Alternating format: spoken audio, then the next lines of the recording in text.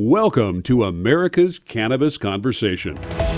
Heard every Saturday at 4:20 p.m. online at americascannabisconversation.com. Each week, we provide our listeners information, education, and insight into the exploding medical and adult use cannabis industry. You'll hear from industry experts, elected officials, local growers, detractors, and more. Learn how to build your own cannabis business, how to grow the product, what's legal, and where it's legal. Tune in each week to hear the latest industry news and updates from the American Cannabis Industry Association in Washington, tips on investing in cannabis, personal success stories, and more. It's time to join the conversation. And here's your host, Dan Perkins. This is Dan Perkins with your American Cannabis Conversation Quick News. Denver, Colorado. Colorado adult use cannabis dispensaries reopened for in-store purchases. A bulletin issued by the Colorado Marijuana Enforcement Division indicating that recreational cannabis shops would be permitted to conduct sales on-site once again. Licensees are no longer prohibited from allowing retail customers on the licensed premises, but are required to implement social distancing requirements pursuant to the state and local orders. Salt Lake City, Utah. Utah lawmakers amend medical cannabis laws to grant access to more patients.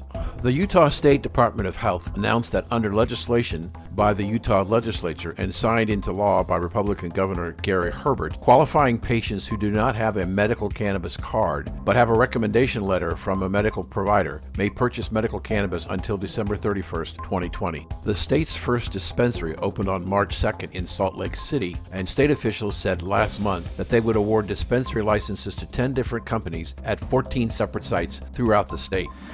How has access to cannabis changed to protect the immune compromised? One of the most pressing concerns for medical cannabis patients is how to get access to supplies while safeguarding their health. A large portion of medical cannabis patients live with chronic illness that inhibits their immunity, rendering them more vulnerable to COVID-19 and its potential complications. Setting foot in a dispensary, even when observing protocols to social distancing by 6 feet, can pose a real risk to one's health. Most states' dispensaries are actually aware of the danger and have responded by enforcing stringent interim measures to protect the health of patients. Washington, D.C. FDA warns former NFL player to stop claiming CBD can cure the coronavirus.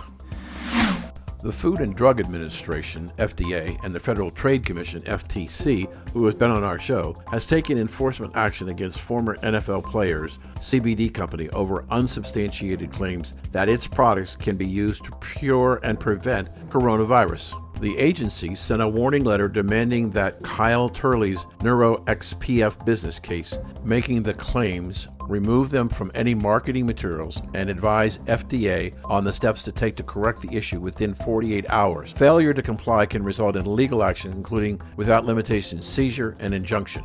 The enforcement action came one day after Turley told Marijuana Moment in an interview that he had actually welcomed federal moves against his company and uses it as a public relations opportunity to expose the government for suppressing the truth. And finally, many people find themselves doing business quite well, especially in the medical marijuana space, with the attack of the coronavirus. If you find yourself building up even more cash, go to W420RadioNetwork.com and click on the banking program to see if we can help you make your money safe. And that's your America's Cannabis Conversation Quick News. Let's see who's going to be joining the conversation today. Anthony Planas, our money guy, is going to talk to us about, believe it or not, opportunities in the cannabis space after this terrible meltdown. In most states, the medical marijuana dispensaries were allowed to stay open, but in some states, adult use were closed down. Joining us today is Brad Grant, who's going to help us understand the importance of being ready to get started again and understanding what my responsibilities are as the manager or owner of a business. Next in the conversation, joining us will be Dan Heady, who is one of the founders of Veterans Cannabis Group, which helps find the financing to pay for veterans who need cannabis to deal with their illnesses. Chase Roberts, one of our roving reporters, has a conversation with the Reefer Ranger, who has developed and patented a new rolling process that makes it efficient to roll reefers in quantity. And finally, joining us again is Larry Mishkin, who is a private lawyer with the Hoban Law Group, and he's going to talk about the subject that many dispensary owners don't want to talk about, is robberies of their dispensaries from inside jobs. This is Dan Perkins. Let's join the conversation.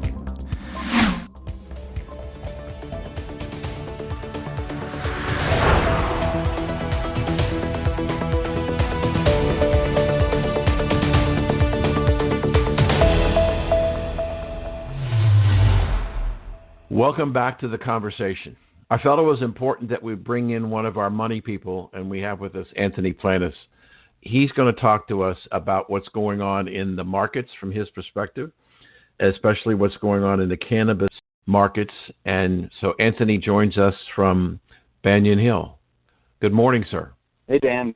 Yeah, thanks for having me. So let's talk about your general impression about probably the most incredible 14 days in the history of the American markets or the world markets. Yeah, this has been a wild ride, and it's going to be one that is stayed for the history books.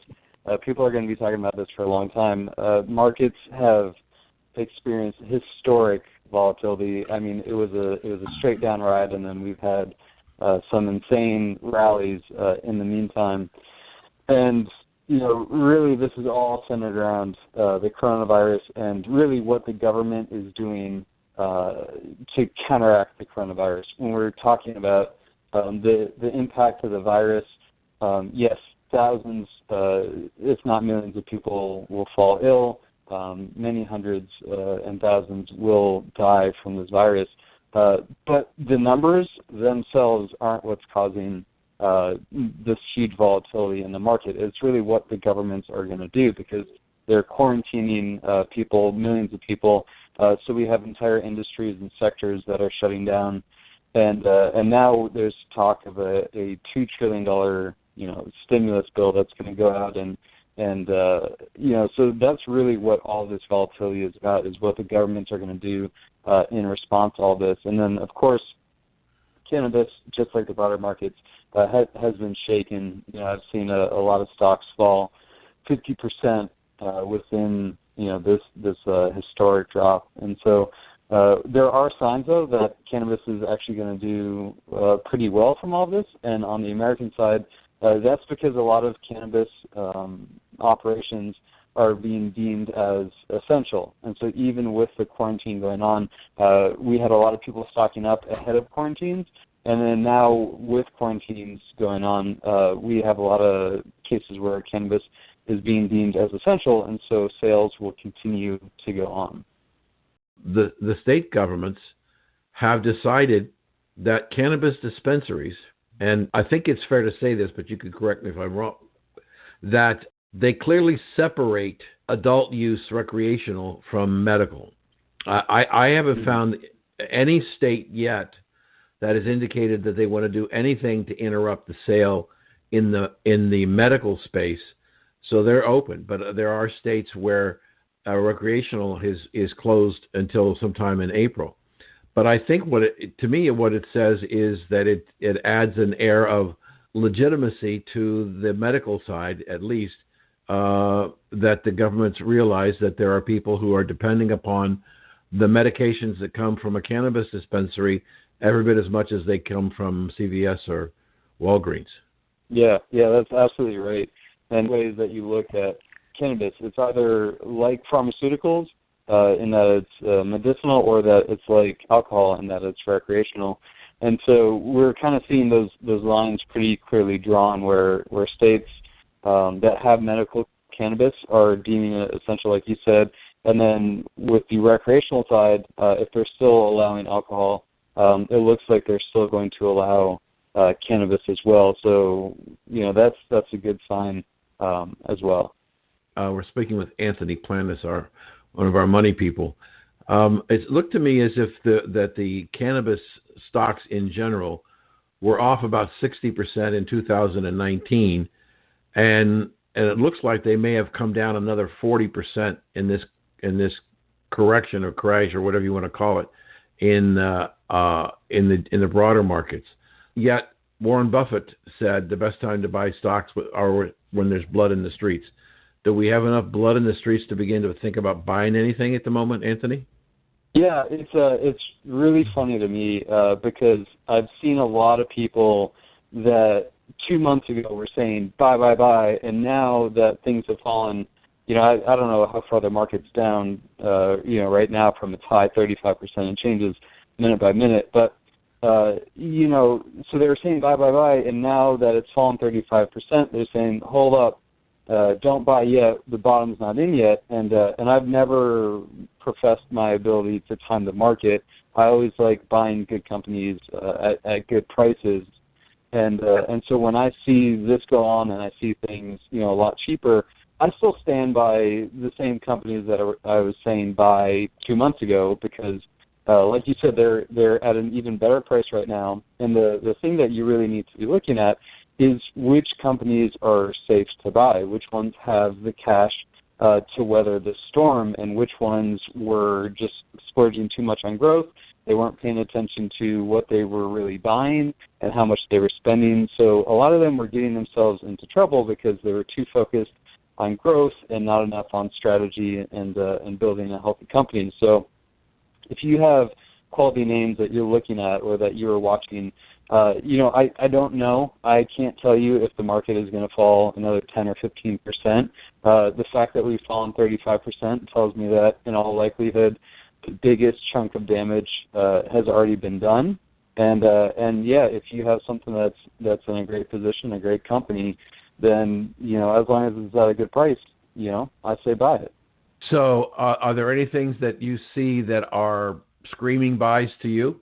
There's these companies have been ones that I've been bullish on for a while. On my YouTube channel, I came out with a full list of companies that I'm bullish and bearish on.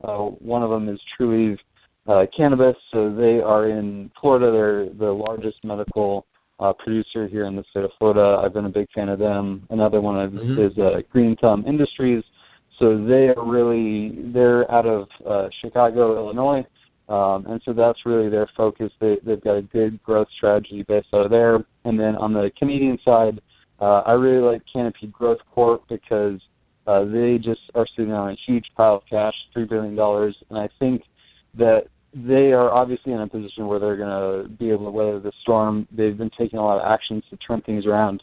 I think that they are going to be able to, look at what's going on and become a lender to other cannabis companies that need help and form partnerships, that's really going to put them into an even stronger position going forward because they have this huge cash position when nobody else has any money. On our website, W420radionetwork.com, we have a blog section called Seeds, and the current story on there is, I believe, representational about what's going to have to take place going forward. I think the title is, what do you do when you no longer have customers around the block waiting to get in? I think that this readjustment that we're going through is going to bring to the forefront the need that these are businesses, these are real businesses, and they really need to be managed as real businesses. And so we're going to test the capabilities of the management structure of a lot of companies. Are they really ready to manage the business in what the new paradigm is going to be, in not only just in the cannabis business, but in business in general? What do you think about that? Yeah, I totally agree. With the whole cannabis boom, I thought that this resembled the .com bubble in a lot of ways, and that was just that there was huge expectation.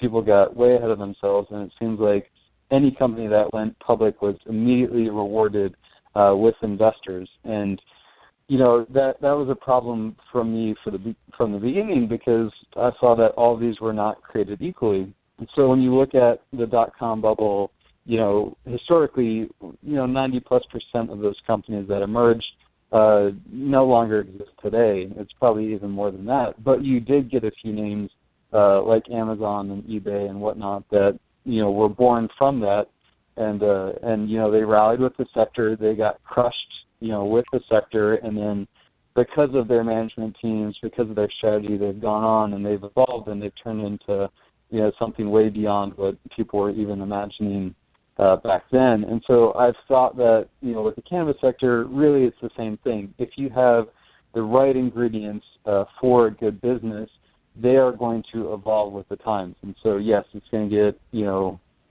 whipsawed from low to high and back to low again. But if you have the right ingredients in there, those are gonna carry forward and keep going and survive this whole thing.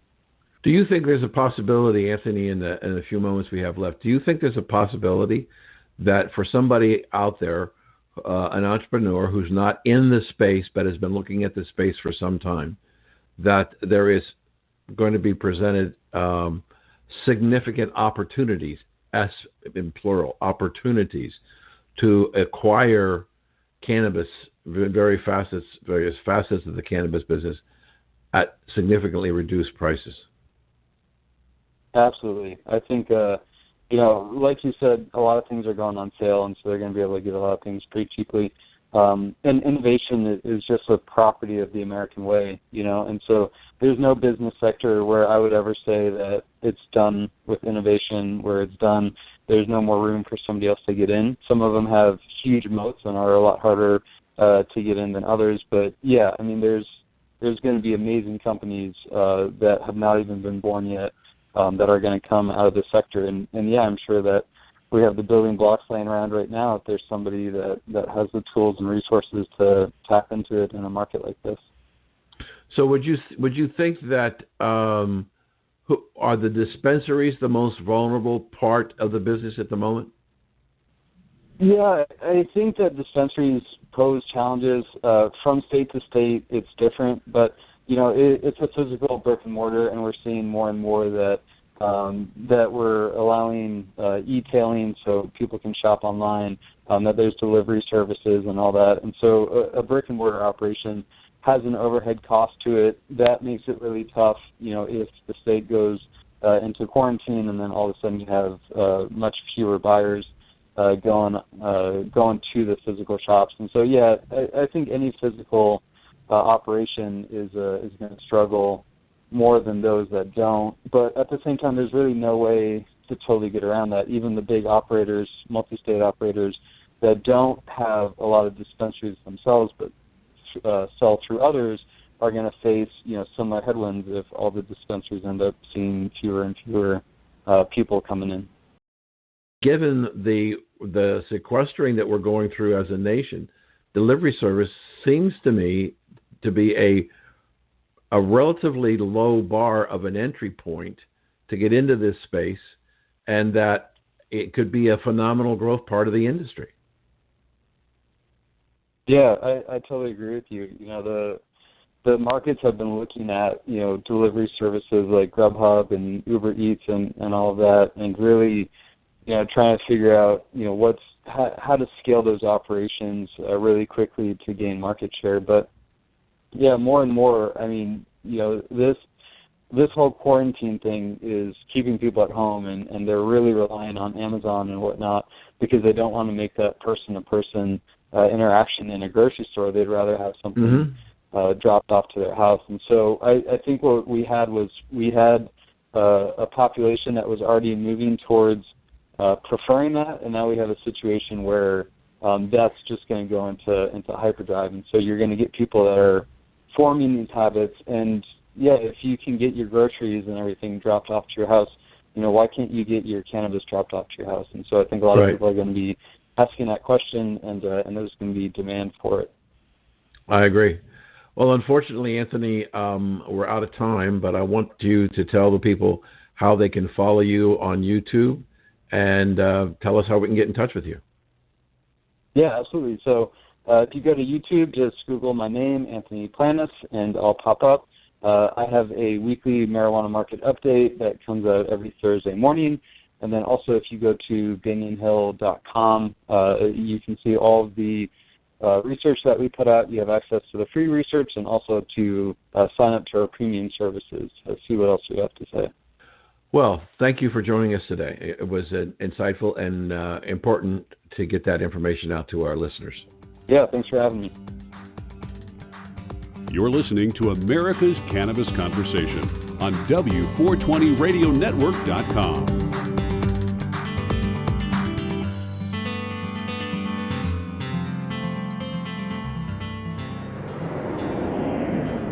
Your new Cannabis electronic checking account can offer you PIN-secure credit and debit cards for your clients.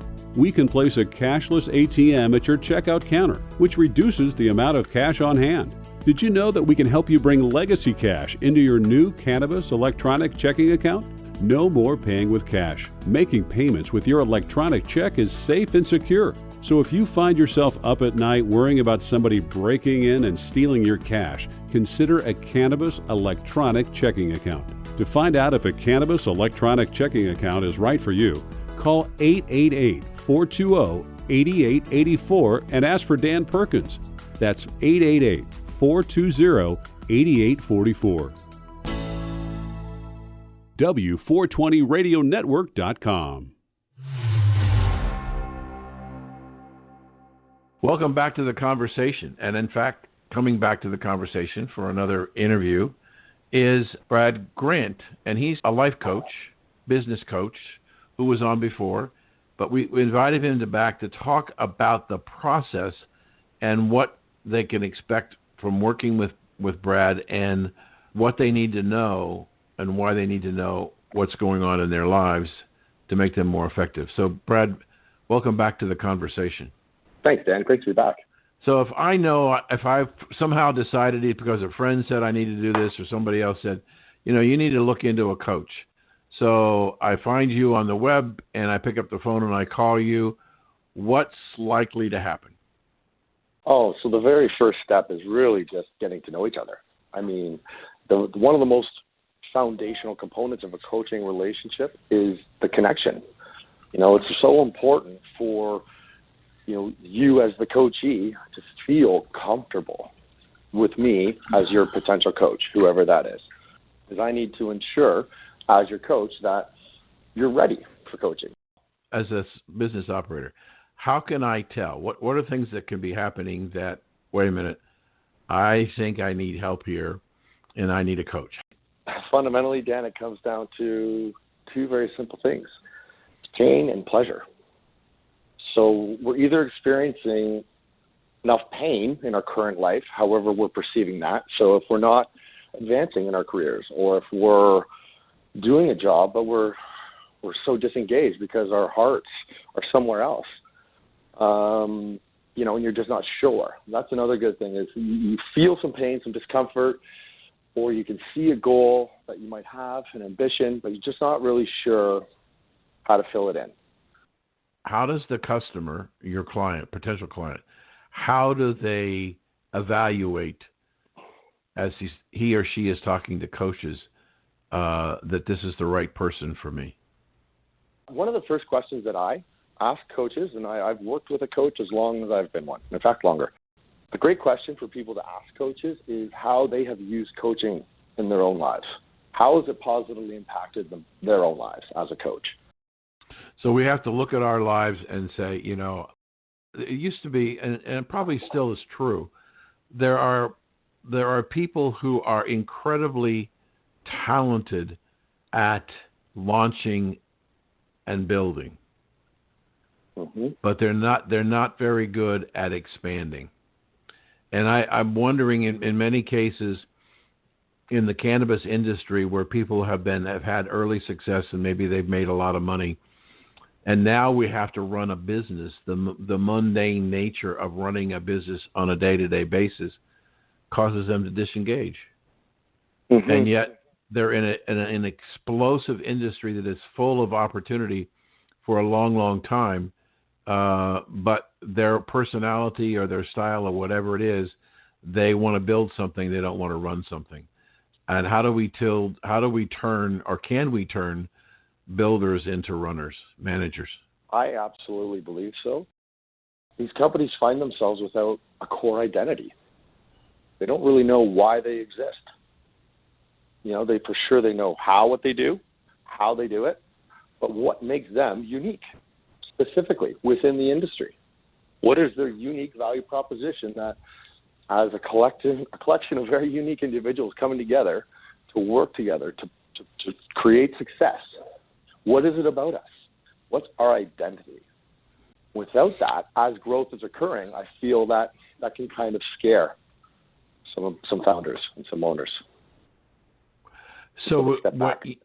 it's interesting because when we started this program, some of the market research we did was to talk to young people in their 30s to early 40s why they were interested in the business. And they said, surprisingly enough, most of them said, I want to make more money than I'm making now. So they were driven by money. They said they were driven by money. But from what in my almost 75 years of life, I've found when you have enough income to pay the bills, pay the mortgage, buy groceries, and make the car and house payments, money drops down the list of motivation. And I'm wondering if that's not part of the problem we're seeing in the industry. Okay, I've made millions of dollars and I've got millions of dollars in the bank, but now I've got to actually run this business as a business to make it grow and prosper. And they're not engaged in that. They don't want to do that. They'd rather try and start over again. Absolutely. I think you just said it. And they're kind of missing, in a sense, the purpose. But once, at whatever point in your adult life, you like you said, you establish a certain level of comfort, there's not much motivation for a lot of people in money. We want the lifestyle. And so that's really what it's about. It's not about what kind of lifestyle do you want to lead? What kind of leader? How do you become a leader? It's easy when everything's helter-skelter and everybody has to, as you said, all hands on deck. But when it comes time to run the business and make the management decisions, they're ill-equipped. We're speaking with Brad Grant about coaching and the importance of coaching in the cannabis industry and startups, whatever. So what are some of the techniques that you use to help people evaluate themselves? Really, it comes down to, the most powerful tool I would say is called a 360 leadership assessment. And for those unfamiliar with that, really what it is, it's very much a positively focused developmental tool used to help give leaders feedback based on certain metrics or competencies that they're looking for from their colleagues, from their boss, from their direct reports. And so this is an incredibly powerful process because these are people you work with every day. These are people you are trying to achieve success with every day. And these are people who see you very differently than you probably see yourself. We all kind of hold ourselves to a little higher standard. In doing that, we're actually, oftentimes, we're not supporting ourselves. There's nothing in that for us. And so when you get this really objective but supportive feedback around strengths, but also opportunities for growth from people you care about, it's incredibly powerful. Typically, how long is an engagement, and how do you price your services? So a typical coaching engagement, for me, I work with my clients in 6-month periods. So it's important to recognize and to understand that coaching is a process. Mm-hmm. It's not like you're going to have one conversation or two, and ta-da, the big aha moment, and all of a sudden you're good to go. It's much like going to the gym, working with a personal trainer. You got to keep showing up and putting the effort in, but as you do, in a concentrated effort, the results amplify. Let's just say for a year, let's just for round numbers, partner with a coach, you were to invest $10,000, okay? Not just for a number. Mm-hmm. So instead of looking at this like, okay, this has cost me $10,000, your coach is your resource.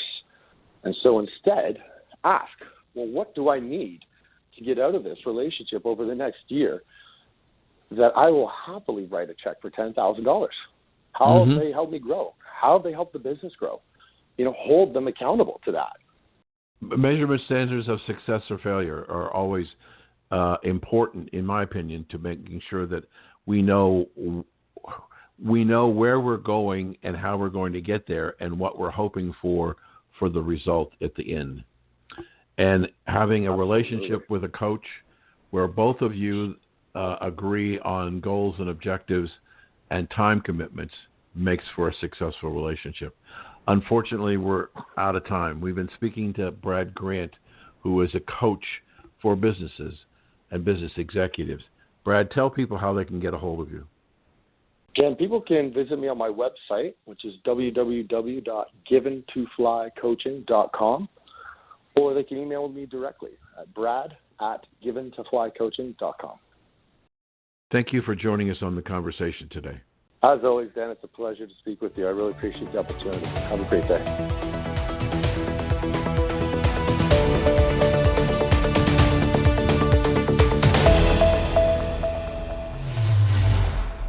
Introducing the new Cannabis electronic checking account. Did you know that in 2019, almost 1 in 5 dispensaries were either robbed or broken into?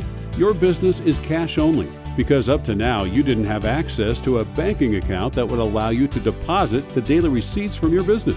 Some owners have started a banking relationship only to be told in a few months that the institution was closing the account. For the first time, you can now have a reliable business checking account. Yes, I said a secure bank electronic checking account. For more information, call 1-888-420-8844 and ask for Dan Perkins. That's 888-420-8884 and ask for Dan Perkins. W420radionetwork.com. Welcome back to the conversation. And joining us today is a gentleman who's been on the program before, Dan Heady, who is with the Veterans Cannabis Group. And he's going to talk a little bit about his organization and where they are and how they're growing. So, Dan, welcome to the conversation. Hey, how are you again, Dan? I'm fine, thank you. So let's talk about, where did this organization start and where is it today? Well, as we spoke about last time, it actually started in the Bay Area in California with 2 individuals, Aaron Augustus and Jeremy Fuentes. And it went from there and stayed in California for 2 posts. And then we had a gentleman named Matt Grimshaw. Now, this gentleman is a writer, and he's a publicist, or not a publicist, I'm sorry, but a producer. He, which you'll be able to see on our sites, is the Vets Grow series of documentaries about veterans and cannabis, and he goes throughout the United States. It's a really great program. Anyway, he introduced me to Aaron. Now, because I live in Arizona, it's kind of hard to have an organization that's completely based out of California. So we opened up a post here in Arizona. And we also have a gentleman named Jerry Chesler, who is a veterans advocate, who's our general counsel here in Arizona. So we kind of tweaked the paperwork a little bit per state, and we figured out how we could move to another state easily. So then we opened up Missouri, and those guys are going absolutely crazy and doing a great job. They're actually working with a local company here in Arizona, which is Harvest, and they're opening up a brand new cannabis grow commercial in Joplin, Missouri. So they're really busy in Missouri getting things oriented, because it's brand new also, just like Arizona is. We've actually gone to these states. We're in Texas now, which is not legal, but we're going to fight for them. We're in South Carolina. We're in Pennsylvania. Oh, I'm sorry, we're going to bring Pennsylvania on this week. New York, New Jersey, South Carolina. And all these are veterans that heard the concept of what we're doing and understood that they're kind of floundering a little bit, trying to figure out where to go and what to do. And so they grab a hold of this thing and start running, and ideas come out from there. All our states are kind of individual, but kind of not, if you can, understand, figure that out. It's just like a VFW. So, I don't mean to mention them without permission, but we're the same way. I mean, we operate under the same guidelines, but we operate within our state. So it's growing pretty well. When a veteran hears about your organization, what are some of the typical questions they ask before they join? How much time do they have to give? That's the biggest question, unfortunately. But, they'll ask, well, how much time do I need to devote to this? And, if they get started, then they want to devote a lot of time to it. It's kind of kind of a fun thing. Like, it's an organization. It's fun. So that's the first. The other question is where can they fit in the organization? And speaking of people, that we also use our civilian population and our community, because we also need our board is consisted of 2 veterans and 1 civilian, and there's a reason for that, so we can have a word with the community and have a representative. So that's kind of how that part is organized. Does that kind of answer that for you? Yeah. Do you have, in the states where cannabis is legal, like California, do you have somebody within your 1 or 2 posts that you have in California who has any interface with the Cannabis Control Commission in California and other states where it's legal? Well, Aaron Augustus heads up California, and the post number 1 is very, very much up on all the laws and regulation that's going on with the cannabis industry per state. And that's that is the job or responsibility of each one of the state directors, is to know their state laws and how far we can go without. We want to do this under the law. We don't want to break it. So we want to make sure that we know exactly what we're doing, hence a lot of help from our attorney, Jerry Chesler, to keep us keep our nose clean, So your oldest post was in California, in Marin County? Correct. And what's the newest post?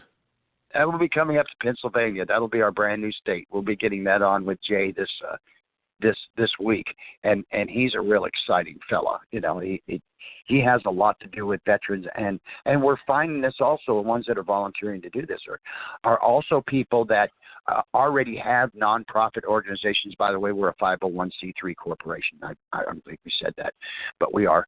And but there's a lot of them that are associated with nonprofit groups now, and we get that experience.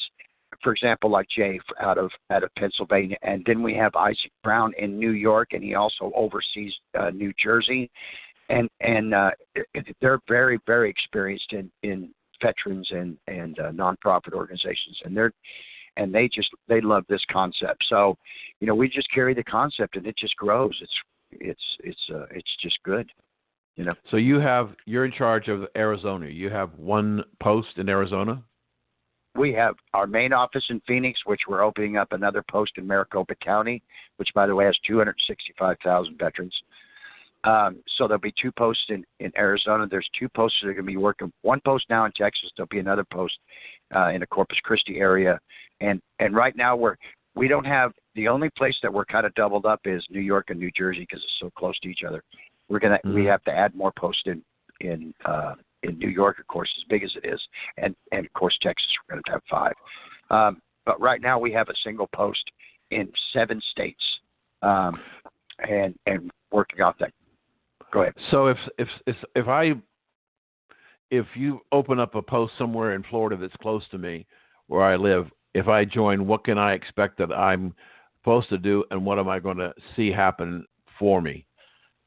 Well, here's what I tell everyone that gets involved with this at the beginning is that as long as you stay within the rules, and it's our mission and our goals, and you can do most anything you'd like to do to promote cannabis. The door's open for any ideas for anyone. We have, for example, a gentleman named Matt Payne.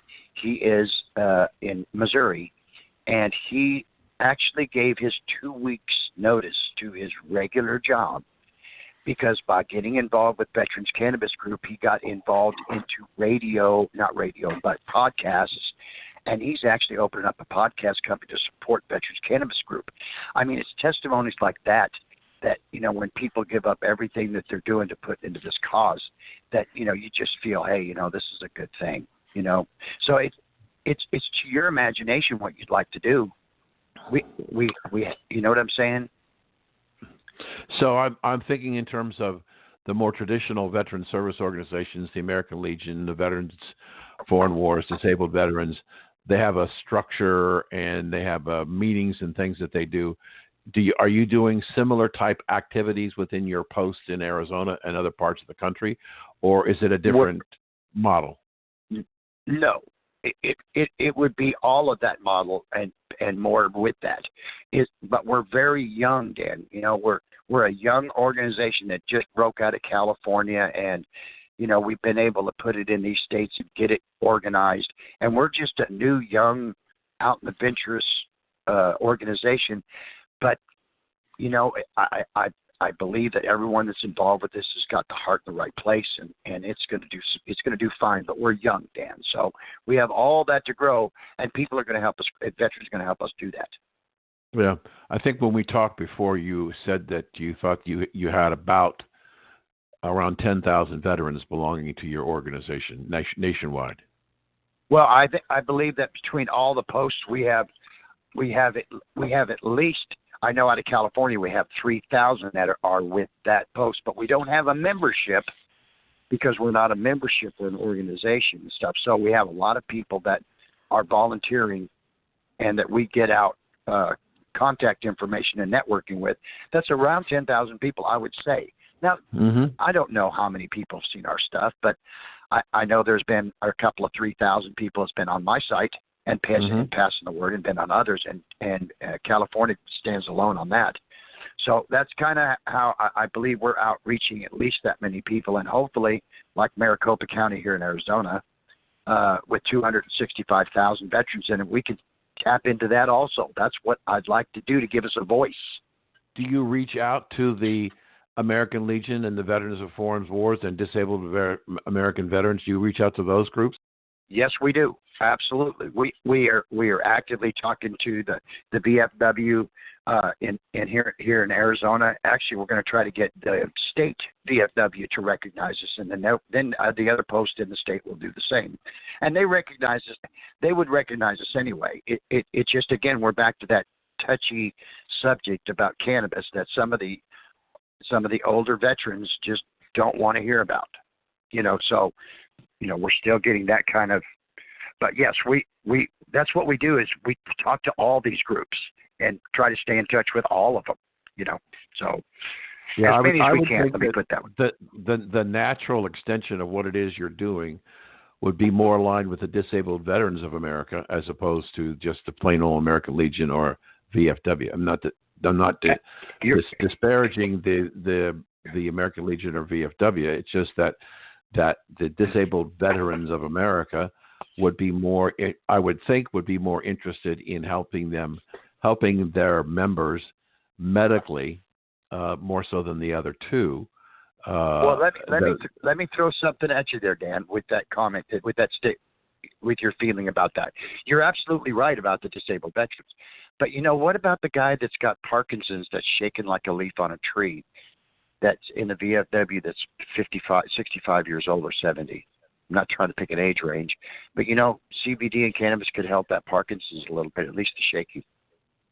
And I think they still should be able to offer that information to all their constituents. You know what I'm saying? It should be an open book for all of them. But some posts do not want to have that in there, and other, you know, and again, when the young guys start taking this over, and us Vietnam guys start not doing things in these clubs, then you know we're going to be in a lot better shape, because the young armies and Air Force and Marines and Navy thinks a little bit different than the older ones. So we've been speaking with Dan Heady, who is the Arizona director for the Veterans Cannabis Group.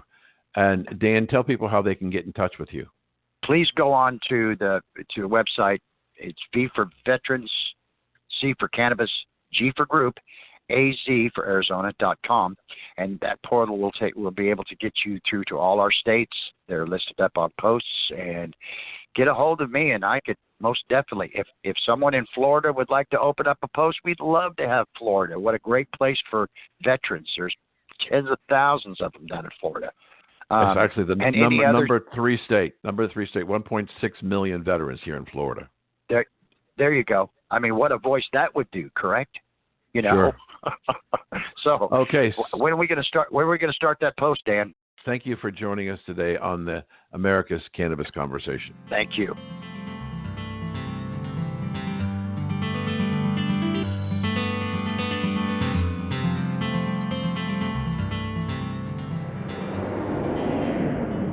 America's newest and fastest growing cannabis-focused radio network is expanding across the country and looking to add to our sales and marketing team. America's Cannabis Conversation offers listeners insight and information on the exploding world of cannabis. It also gives advertisers the opportunity to reach a hyper-targeted audience, literally neighborhood by neighborhood, in markets all across the country. We're looking for a few motivated individuals that want to essentially run their own local business in markets like Boston, Las Vegas, Reno, Orlando, and more. To learn more about this exciting opportunity or to apply, visit americascannabisconversation.com. Welcome back to the conversation, and joining us again today is Larry Mishkin, who's an attorney and has been on the program before. But today I've invited him back to talk about a very important issue.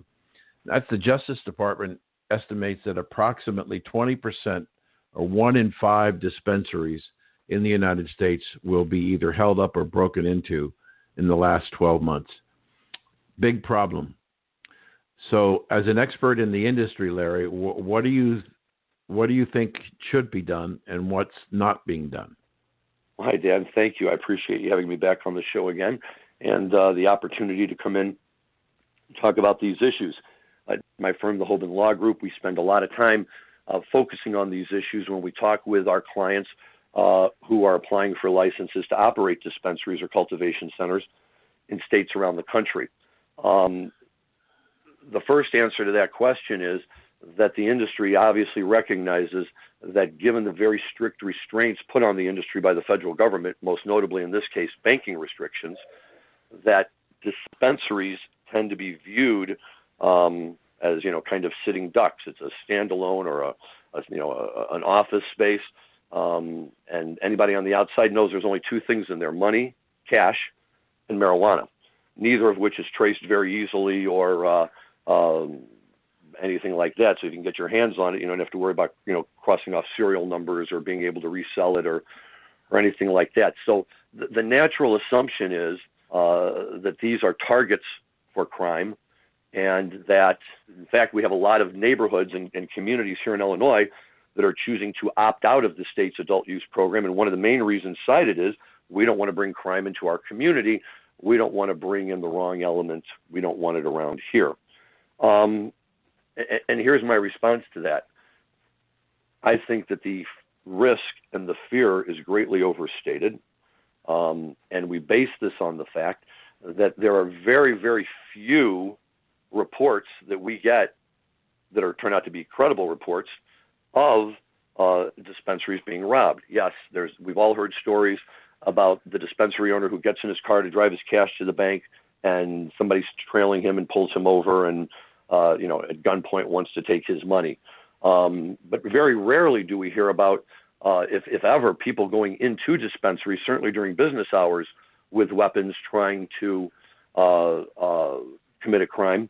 And the interesting thing about these facilities is that in the application process, the states have imposed, typically as one of the most biggest factors in totaling points to score your application for a license, is your security plan. In Illinois, for the adult use program that we're in now, not only do you have to have a security plan, but the state requires that with your application, you send in a signed contract with a licensed security expert who's going to be in charge of the security for your facility. Having just completed the dispensary round here in Illinois, those were filed on January 2nd, I had an opportunity to review a number of dispensary security plans. And although I'm not a criminal and not a law enforcement expert, having seen those plans, I would suggest that it would be next to impossible for somebody to be able to actually get into this facility, even get in the door. And then once you get in the door, if it's after hours, of course, you're faced with the fact that if the dispensary is complying with the law, all of its cash and all of its excess marijuana is stored in a safe that's in a safe room. So first you have to get into the safe room, and then you have to figure out a way to break into the safe and then get out of there all before the police show up, who have presumably been called immediately when somebody entered. So those of us in the industry at least like to think that gives us a strong leg up in terms of sending a message to people that this really isn't the kind of place that you want to come visit to try to commit a crime. Now, having said that, in Illinois, just recently, we had within a week of the adult use program kicking in, one of the dispensaries downtown reported a theft, and it was a significant amount of money. And the interesting thing about it is that those of us in the industry, when we heard about it, we all had the exact same reaction, which was, it must have been an inside job. Because there's no way you have a brand new dispensary that was just approved by the state that doesn't have a security system that could keep an outsider from getting in and getting to it. And in fact, they did discover that it was an inside job.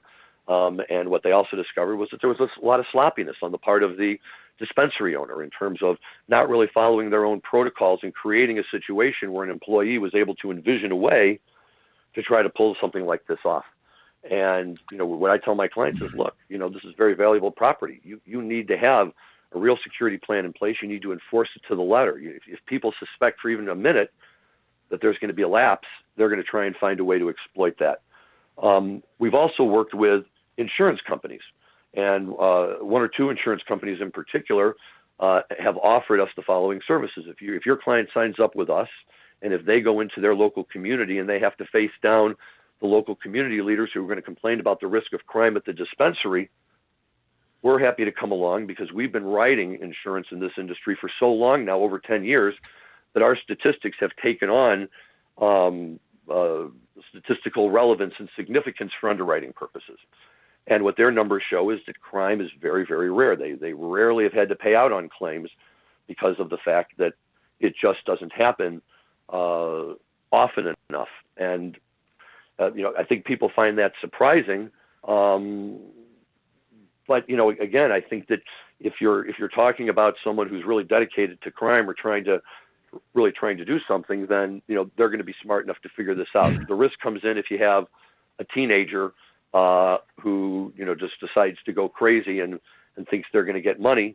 But I tell people, look, that teenager is just as likely to walk into a McDonald's and try to take the money out of their cash register as he is trying to get into a dispensary where he's going to have to get through security and get through a locked door just to get into an area, where there's people where he or she could theoretically be able to do something. So we just don't see it. If you go to Denver, Colorado, and you walk down the 16th Street pedestrian mall there, here's what you see: stores, restaurants, bars, bakeries, dry cleaners, jewelry stores, and yes, marijuana dispensaries, all in the mix. But as you walk up and down the street, unless you're looking for that dispensary, it doesn't stand out either by its appearance. You don't have large crowds of people hanging around there. You don't have teenagers peering in the window trying to find a sympathetic adult to make a purchase for them. There's nothing, and I believe a large part of that is because in places like Denver, marijuana has been normalized. And once marijuana is normalized, people treat it like they treat anything else, including criminals. Having said all of that, crime is a risk in this industry. There's no question about it. And you cannot get into this industry without taking it very seriously and making security one of your top priorities. I think it would be fair to say we're speaking with Larry Mishkin, an attorney about crime in the cannabis industry. And I think it might be fair to say that your experience in Denver and Chicago and Illinois is certainly relevant. But at the same time, I know of a gentleman who owns 9 dispensaries in Northern California, and in one weekend had 3 of them broken into. Well, the last one, they stole a car, crashed through the front door, and wrapped the chain around the safe and pulled it out the door. The standards may be different from state to state. We want to make sure that we say to the audience listening, as you said, if you have to have a security plan, have it and follow it. But I think the point that you made, which is what we're hearing, is that most of the daylight crime, where there's theft, is usually somebody from within the employment of the dispensary, as opposed to an outsider. Although there are examples in the country of people coming in with guns and rifles to hold up places. Absolutely. And I can't speak across the board. You have to be careful. You have to be mindful of that. Like I say, you have to have your security plan in place. And you make an important point when you talk about these robberies in Northern California, and you touched on it, Dan, which is state by state. So California, Colorado, Oregon, dispensaries are a natural thing. They're everywhere. Anyone who wants a dispensary can open a dispensary. You don't have to compete with other people for the right to get a limited number of licenses in order to be able to do it. And I think that what happens is, as a result, in some of those states, because the state isn't pushing and requiring, they're business people like everybody else. They make decisions about how much money they want to spend on security. But look, I've been to dispensaries in California where you walk in, it's like practically walking into somebody's kitchen in their house, right? They just have they set something up, come in, come out. And, they bank on the fact that 90 to 95%, if not more, 99% of the people are going to be honest and law-abiding. And is there a chance somebody might come in? Yeah, but again, I think they take, you don't have to go through a great security to get into a McDonald's or some other place with cash. Whereas, when you're in Illinois or competitive state where you're actually, in order to get the license as a prerequisite, you have to demonstrate what you're doing for security purposes. That doesn't mean that somebody can't break into a dispensary in Illinois. I'm sure there's people out there with the skills to do so. But I think they also know that it's going to be a lot harder because before this dispensary could even get licensed and opens its doors, it has to show the state that it has everything in there that will minimize as much as possible the risk of theft and crime from the outside. Yeah, I think the other thing is that that I saw in talking with this owner in his Northern California dispensary, he's spending, because he also has it's a vertically integrated, so he has not only growing and but processing and everything. He says he's spending about $80,000 a month for security for all of his facilities. Quite expensive. Yeah, and that could be. And you have to do that. So, unfortunately, Larry, we're out of... cost of doing business. We're out of time. Wonderful interview. Thank you for joining us today. We've been talking to Larry Mishkin, an attorney with HLG Hoban Law Group, and he is in both private practice and joint practice. And Larry, how do people get a hold of you? I can be reached. The Hoban Law Firm is based in Denver, Colorado. I'm located in the northern suburbs just outside of Chicago. My direct dial for anyone who's interested in calling with questions is 847-504-1480, or I can be reached at my email address, which is larry@hoban, HOBAN.law. And you can also go to the Hoban.law webpage to read about me, about the other 50-plus attorneys that we have around the country, all in cannabis. And we have regular information posted on the webpage that is always updating things in the field, changes in the law, new opportunities, which can be very beneficial just to read, even if you're not necessarily looking to hire a lawyer. So I appreciate that, Dan, and thank you for having me on the show. You're welcome. And I just thought of what I think is an important question that I want to add to this real quick. Sure. How important is it, if you're thinking about buying a business or starting a business in the cannabis space, that you have an attorney like Larry Mishkin who's schooled in cannabis as opposed to a general practitioner? Well, great. And I appreciate that question, because when I have to just say it myself, it sounds like we're trying to drum up business, which we are to some degree. But here's what I tell people, because I got people who come into my office now all the time. I don't need you to do the real estate. I've got my family real estate attorney. I don't need you to do the corporate work. I've got my family corporate attorney. And my response to everyone is the same. That's wonderful. I'm not here to disrupt an existing relationship. However, you need to make sure that your attorney knows the rules. If he's going to prepare your lease and you're the landlord, you need to make sure you have an out if the feds come knocking on your door and tell you have to shut down. If you're going to have a tax attorney, that tax attorney darn well better know about 280E. All sorts of issues that come up that are uniquely related to the cannabis industry. And in fact, I've done a presentation called How to Hire a Cannabis Attorney, specifically designed towards going out and speaking with someone. I would say that if you want to be successful in this industry, that it is absolutely imperative that you be represented by legal counsel that has a strong working knowledge of the cannabis industry and can advise you accordingly. Well, thank you for answering that extra question. We've been talking to Larry Mishkin, an attorney with the Hoban Law Group, and thank you for joining us in the conversation today. My pleasure, Dan. Thank you.